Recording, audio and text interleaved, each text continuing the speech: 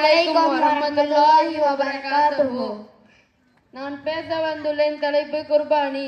இஸ்லாத்தின் 2 பெருநாட்களான நோன்பு பெருநாள், ஹஜ் பெருநாள் ஆகிய 2 பெருநாட்களும் 2 விதமான தர்மங்கள் அடிப்படையாக கொண்டவை. நோன்பு பெருநாள் தினத்தில் சதகத்துல் ஃபித்ர் எனும் தர்மம் கடமையாகப்பட்டு இருப்பது போல் ஹஜ் பெருநாள் தினத்தில் உல்ஹியா எனும் குர்பானி கடமையாகப்பட்டுள்ளது.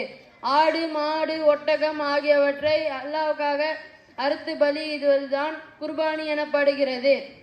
இதில் குர்பானி கொடுக்க முதல் பெருநாளே சிறந்ததென ஹஸ்ரத் உமர், ஹஸ்ரத் அலி, ஹஸ்ரத் இப்னு அப்பாஸ் ரலியல்லாஹு அன்ஹு அறிவிக்கின்றார்கள்.